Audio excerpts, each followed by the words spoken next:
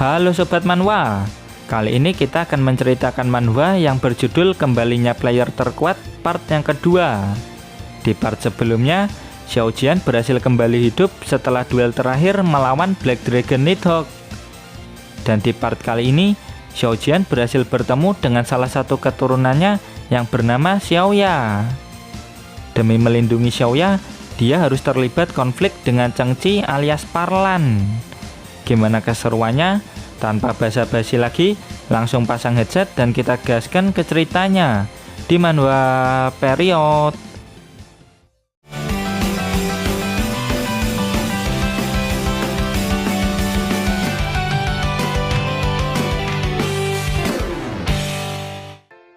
Panel menunjukkan sebuah kota di level C. Kehidupan di kota ini sangat biasa. Terjadi tawar-menawar di sebuah pasar. Om Botak menjual sebotol pil obat level B seharga 100 koin. Namun jika membeli 10 botol, maka Om Botak akan memberikan harga sebesar 950 koin. Setelah mendengar harga dari Om Botak, Lastri langsung membeli 20 botol pil obat level B dengan menggunakan koin antik peninggalan leluhurnya. Jiwa kolektor Om Botak mulai tertarik setelah melihat koin antik milik Lastri. Tiba-tiba ada seseorang berjubah menghampiri Lastri dan Om Botak. Ternyata orang ini adalah MC kita, yaitu si Guan Xiao Jian. Dia bertanya ke Lastri bagaimana cara menuju ke rumah keluarga besar si Guan. Lastri langsung memasang wajah sinis kepada Xiao Jian. Lastri pun mengatakan jika semua keluarga si Guan sudah tewas. Xiao Jian datangnya telat. Semua keluarga si Guan sudah meninggal beberapa tahun yang lalu. Tak lama setelah itu, Om Botak mengatakan ke Lastri jika dia hanya bisa menukar koin antik tadi dengan 12 botol pil obat level B. Lastri langsung menerima tanpa tawar-menawar dengan Om Botak. Dan setelah menerima barangnya, Lastri langsung melarikan diri dari tempat itu. "Tuan, Anda mengenal gadis itu?" tanya si Oyen. Di sisi lain, Om Botak mengecek kembali koin antik dari si Lastri. Ternyata koin antik milik Lastri merupakan benda yang sangat langka, yaitu lencana klub yang dimiliki si Guan Xiao Jian 1000 tahun yang lalu. Mendapatkan barang ini dengan menukar selusin botol pil obat level B benar-benar membuatnya untung besar. Tanpa Om Botak sadari, Xiao Jian pergi sambil mengambil koin antik Lastri darinya. Sebagai gantinya, Xiao Jian memberikan kantong koin emas dalam jumlah besar buat Om Botak. "Sialan, bisa-bisanya aku menukar 1000 koin emasku hanya untuk 1 koin ini," ujarnya sambil nangis. "Jangan bersedih Tuan, ayo fokus sama tujuan kita," ucap si Oyen kepada Xiao Jian. Lalu di sudut lain kota, Lastri sedang berlari kencang seperti diuber-uber warga. Lastri sampai ngos-ngosan hanya untuk menghindari orang ini.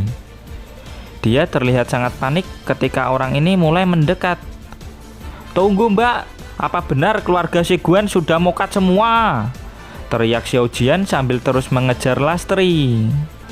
"Berhenti mengikut-ikut dasar stalker," bentak Lastri. Nggak pakai lama, Xiao Jian langsung menarik daggernya seperti hendak menikam Lastri. Melihat aura mengerikan dari Xiao Jian, Lastri sampai mau nangis. Dan tawar. Ternyata Xiao Jian melindungi Lastri dari serangan yang tidak dikenal. "Keluar kau," ujar Xiao Jian. Ternyata serangan barusan berasal dari sebuah bangunan yang ada di depan mereka berdua.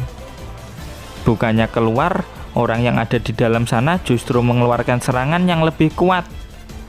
Serangan atribut cahaya mengarah tepat di hadapannya. Dan ketika Xiao Jian berniat menangkisnya, serangan tersebut malah berbelok ke arah Lastri. Sontak Xiao Jian langsung mendengar suara Lastri yang sedang kesakitan. "Woi, ada apa denganmu? Kenapa dengan tubuhmu itu?" teriak Xiao Jian. Sontak Lastri langsung menutup wajahnya. Penyamaran Lastri berhasil dibongkar. Akhirnya kita ketemu lagi keluarga Cengkeparat, umpat Lastri. Kemudian muncul sesosok pria dari bangunan sebelumnya. Ya benar, sudah sangat lama bukan? Shiguan Xiaoya. Ternyata identitas asli dari Lastri adalah Shiguan Xiaoya. Bisa dibilang bahwa Xiaoya memiliki darah yang sama dengan Xiao Jian. Jadi karena berasal dari keluarga Shiguan, dia menyamar batin Xiao Jian. Orang berbaju militer ini kita panggil aja Parlan. Dia menyapa mereka berdua dengan angkuh dan bilang kalau sekarang bukan waktunya buat ngobrol. Parlan langsung menjentikkan jari. Tiba-tiba pasukan dalam jumlah besar langsung mengepung Xiao Jian dan Xiaoya. Sekarang tidak akan ada lagi yang mau mengorbankan diri untukmu, nona muda, teriak Parlan. Sialan, ini buruk, batin Xiaoya. Kalian pikir sudah menang hanya karena jumlah kalian lebih banyak, ujar Xiao Jian yang sudah siap baku hantam. Gak pakai lama, Xiaoya langsung menarik tangan Xiao Jian dan berkata untuk jangan cari masalah. Maju lu semua, gua kagak takut, teriak Xiao Jian. Tanpa Xiao Jian sadari, Xiaoya mengaktifkan sebuah item. Dan ting, mereka berdua pun langsung berteleport ke tempat lain. Nah nih, apa-apaan orang tadi, ujar para prajurit. Jadi dia punya gulungan teleportasi, lumayan, ujar Parlan. Kemudian panel berpindah ke sudut kota yang lain. Mereka berdua pun berhasil teleport dengan selamat, meskipun Xiaoya harus membentur paving sedikit. Jadi kau punya gulungan teleportasi? Padahal aku sudah siap bantai-bantai, ujar Xiao Jian. Xiaoya menyuruh Xiao Jian untuk berhenti mengikutinya dan segera pergi dari sini. Parlan merupakan pewaris keluarga Cheng, jadi sangat berbahaya jika sampai berurusan dengannya. Xiaoya berjanji akan membalas kebaikan Xiao Jian suatu saat nanti. Setelah itu Xiaoya pergi meninggalkan Xiao Jian. Kalau sudah menggunakan gulungan teleportasi, seharusnya kamu tidak perlu berlari secepat itu, ujar Xiao Jian. Namun belum ada 5 menit, prajuritnya Parlan berhasil menemukan Xiao Jian. Xiao Jian pun tahu jika gulungan teleportasi yang digunakan adalah gulungan tingkat rendah yang membuatmu bisa teleport sejauh 100 meter saja. Sambil berlari secepat mungkin, Xiaoya harus bertahan hidup apapun yang terjadi. Dia juga teringat dengan perkataan Parlan yang mengatakan kalau sudah tidak ada lagi orang yang rela mati demi dirinya. Sekarang Xiaoya harus kembali ke tempat saudari tertuanya berada. Namun di depan, para prajuritnya Parlan sudah menutup jalannya. Di sisi lain pun juga sama. Xiaoya sudah terkepung sama warga dan para prajuritnya Parlan sehingga tidak bisa kabur lagi. Kemudian Parlan berjalan mendekat ke arah Xiaoya. Parlan menegaskan kalau dirinya bisa mendapatkan informasi dengan mudah di kota ini. Karena masih sayang nyawa, Om Botak memberikan semua informasi yang dia tahu kepada Parlan.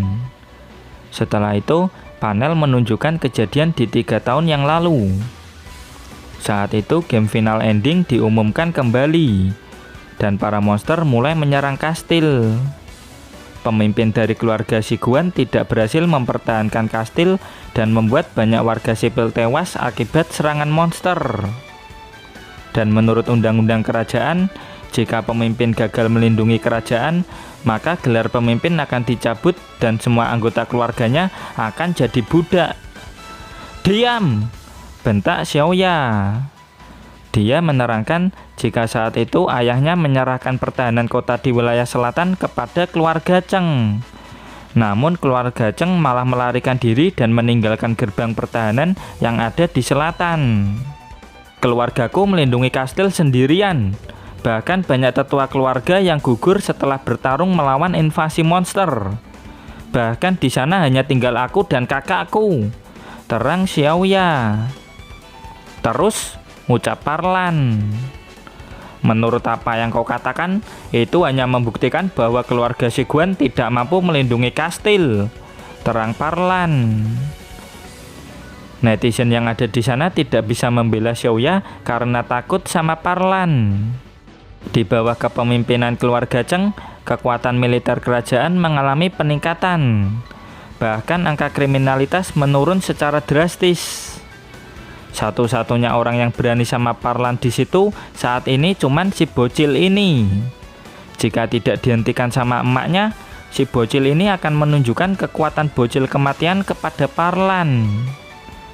Lihatlah, tidak ada yang berani melawan kan? Teriak Parlan. Namun ada satu orang yang berani. Orang tersebut adalah Xiao Jian. Dia berhasil menyusul Xiaoya dan sudah mengetahui masalahnya.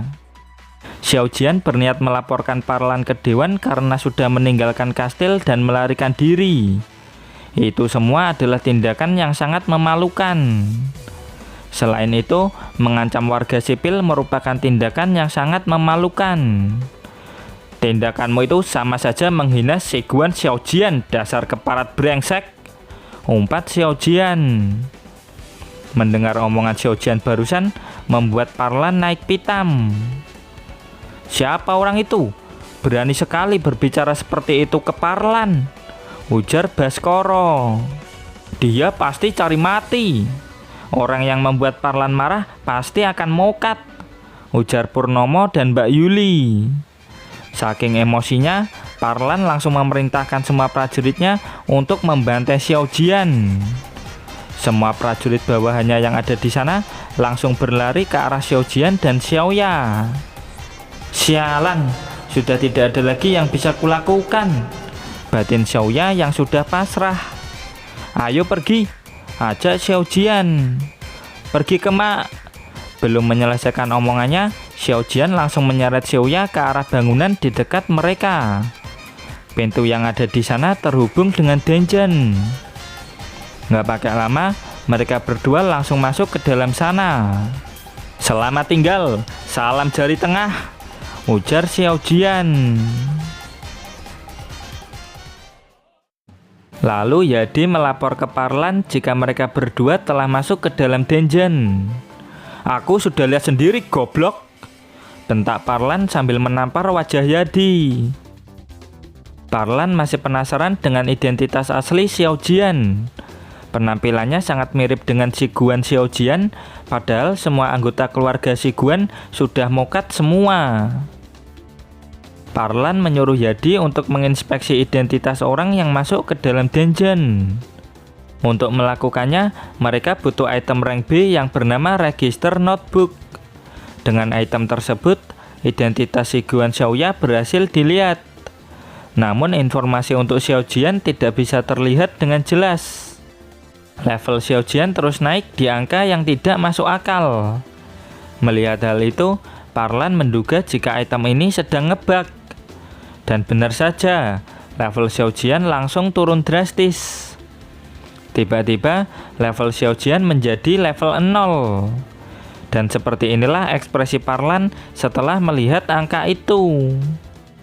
Level 0, bahkan Goblin saja jauh lebih kuat dari dia, ejek Fulan, Darman, dan Mahmud.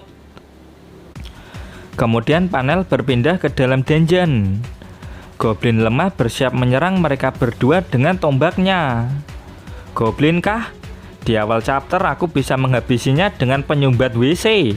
Benar-benar nostalgia, ujar Xiao Jian. Dan dawar. Sebelum Xiao Jian beraksi, Xiaoya sudah mengheadshot kepala Goblin itu duluan. Kau ini player baru tapi udah sok mau ngalahin monster level 5. Mikir, omel Xiaoya. Di versi ini, player final ending dimulai dengan level 0. Saat itu, player tidak akan bisa menggunakan skill apapun. Jadi tidak ada seorang pun yang mau menggendong newbie beban di party mereka. Bagaimana cara seseorang menjadi player? Batin Xiaoya. Aku bisa mengalahkannya, teriak Xiaojian. "Kau tidak bisa!" bentak Xiaoya. Dirinya mengira jika Xiaojian pasti cuman kebetulan doang jadi player. Prajurit manusia biasa dan monster level rendah di dalam dungeon sangat berbeda. Dirimu bisa mengalahkan prajurit manusia biasa dengan menggunakan tubuh player. Namun dirimu membutuhkan item atau perlengkapan untuk menghabisi monster level rendah yang ada di dalam dungeon. Meskipun Xiaoya itu manusia biasa, tapi dia punya equipment pistol ini. Nama pistolnya adalah Gun of Bloodlust. Item ini merupakan item rank A dengan efek spesial bisa digunakan sama manusia biasa. Namun untuk menggunakannya, Xiaoya perlu mengorbankan darahnya. "Tanganmu nggak sakit kah?" tanya Xiaojian. Tentu saja sakit, makanya Xiaoya tidak boleh sampai miss. Jadi ada item yang bisa dipakai sama manusia biasa toh, batin Xiaojian. Senjata pistol Bloodlust memang powerful. Namun jika manusia biasa sampai kehilangan lebih dari 1200 ml darah, mereka bisa dalam bahaya. Terus untuk setiap tembakan membutuhkan 10 ml darah. Jadi batas maksimal Xiaoya bisa menembak adalah 120 tembakan. "Rencanamu selanjutnya apa?"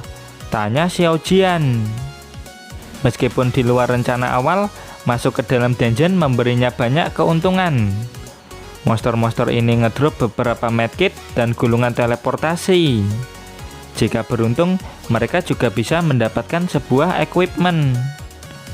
Lalu dari belakang, Xiaojian mengatakan jika ada sesuatu yang bisa mereka lakukan di sini. "Melakukan apa?" tanya Xiaoya. Xiaojian menerangkan jika mereka bisa mendapatkan final ending key dari dungeon ini. Kemudian Xiaojian bisa membantu Xiaoya menjadi seorang player.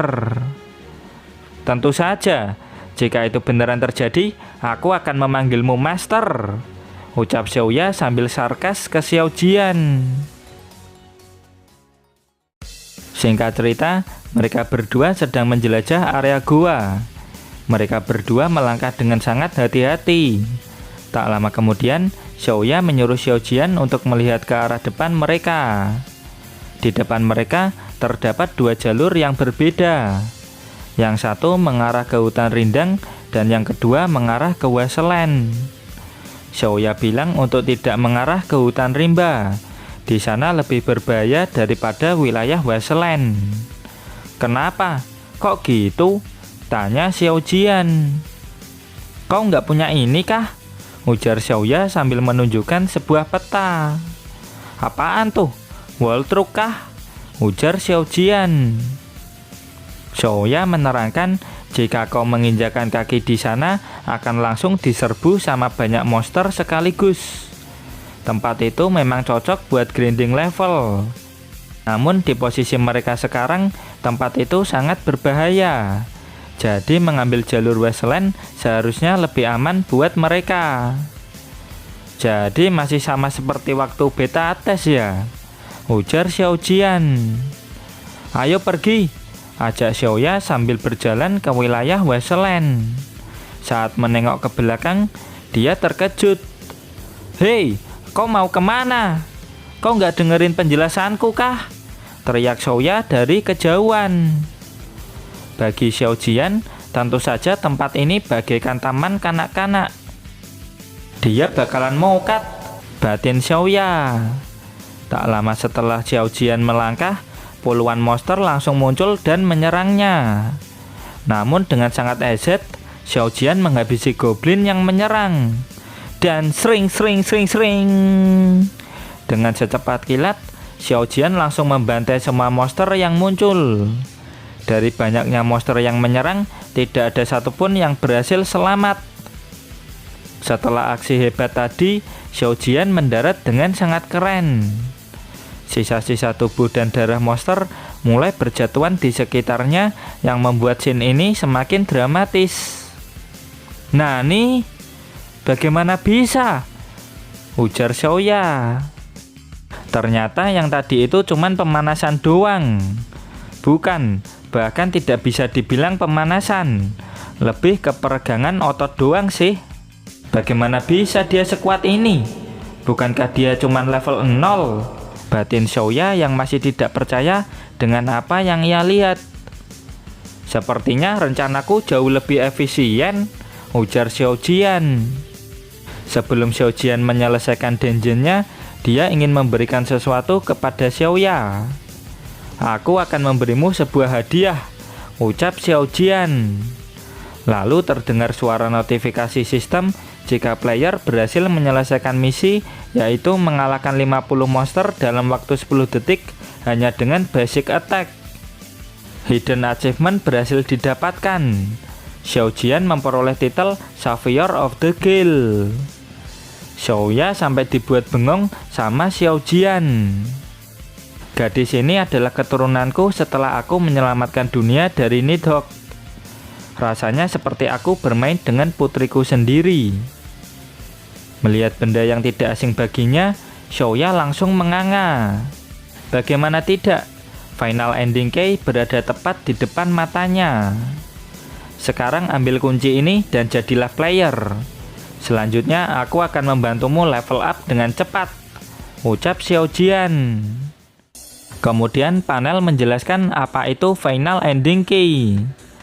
Ribuan tahun yang lalu, umat manusia menghalalkan segala cara untuk bisa mendapatkannya. Bagi mereka yang bisa mendapatkannya akan dianggap sebagai seorang pahlawan. Lalu juga memberikan kekuatan yang besar dan kekuasaan yang besar juga. Namun di saat yang sama juga membuka pintu neraka, di mana kehidupanmu akan dipenuhi bencana, darah, dan pengkhianatan. Momen ketika Xiaoya memperoleh kunci ini, dia akan langsung menjadi seorang player. Terus namanya juga akan muncul di leaderboard final ending. Apa kau siap bertarung hingga titik darah penghabisan? Tanya Xiao Jian. Xiaoya sempat bingung dengan pertanyaan Xiao Jian.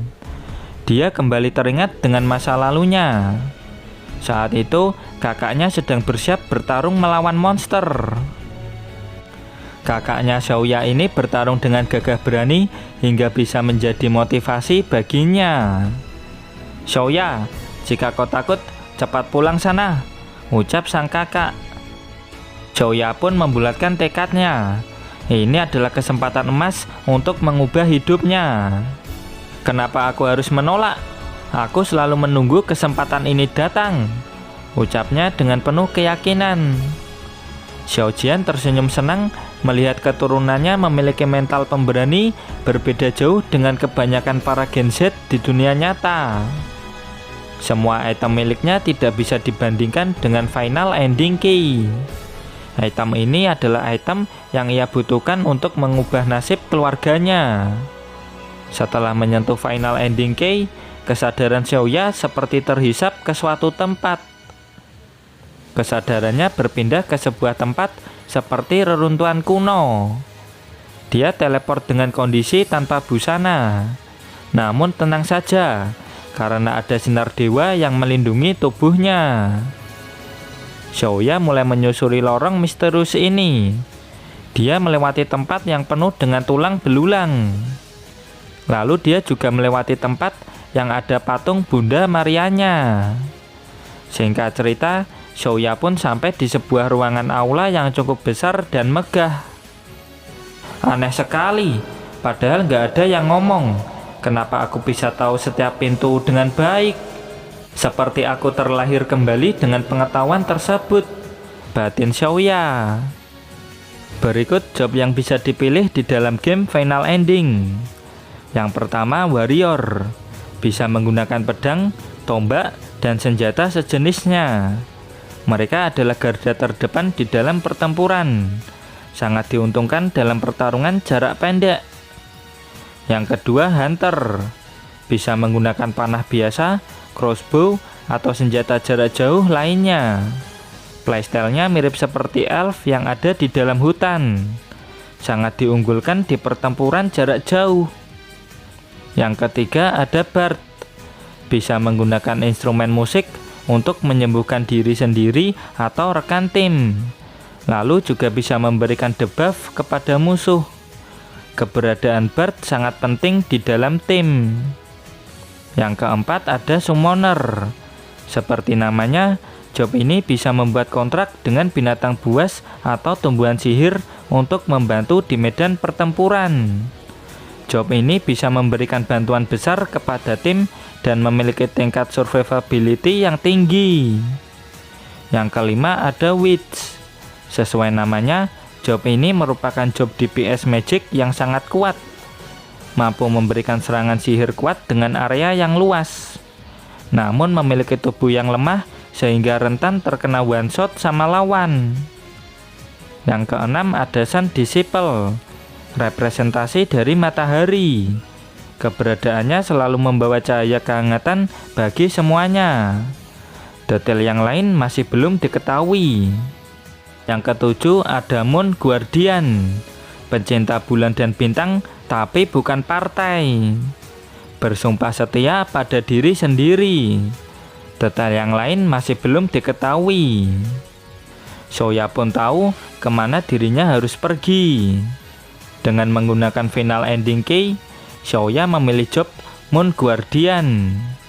Setelah itu, pintu Moon Guardian terbuka lebar. Pecinta bulan bintang, sang penjaga malam, bersumpahlah pada diri sendiri. Aku bisa mendengarnya, batin Shoya. Gambaran dirinya sebagai Moon Guardian pun terpancar di sana. Dan seperti inilah penampilan Shoya setelah memilih job sebagai Moon Guardian. Pilihan yang bagus, selamat, ucap Xiaojian. Dengan ini, ID 1777865452451 Shiguan Shoya telah resmi menjadi seorang player. Para player yang ada di dunia ini mendapatkan notifikasi pemberitahuan yang sama. Kemudian kita diperlihatkan dengan seorang mbah-mbah botak codet yang menampar seorang gadis pirang. Mbah botak codet sangat kesal setelah tahu jika ada keluarga Shiguan yang berhasil menjadi player. Dengan penuh emosi, mbah botak codet membakar gadis pirang tadi. Dia langsung mengaktifkan item batu permata berwarna merah. Dengan item ini, dia ingin menyampaikan sesuatu kepada Parlan. Parlan, apapun yang terjadi, habisi gadis itu, teriak mbah botak codet ini. Pesan tersebut langsung terkirim ke Parlan dan para bawahannya. Sialan, jangan memanggilku Parlan, Mbah. Namaku Changchi, teriaknya. Ayo kita bantai mereka, ajak Parlan sambil menggunakan item gulungan yang bernama The Overstepping Tracker untuk masuk ke dalam dungeon. Di sisi lain, Xiaojian dan Shoya mendengar info jika Changchi alias Parlan beserta para bawahannya sudah masuk ke dalam dungeon. Dan sayang sekali, chapter pun berakhir sampai di sini. Dan terima kasih buat kalian yang selalu hadir dan komen di setiap video admin. Terus dukung channel ini dengan cara like, comment, subscribe. Dan jangan lupa kultivasikan loncengnya juga. Sampai jumpa lagi di video berikutnya. Bye-bye.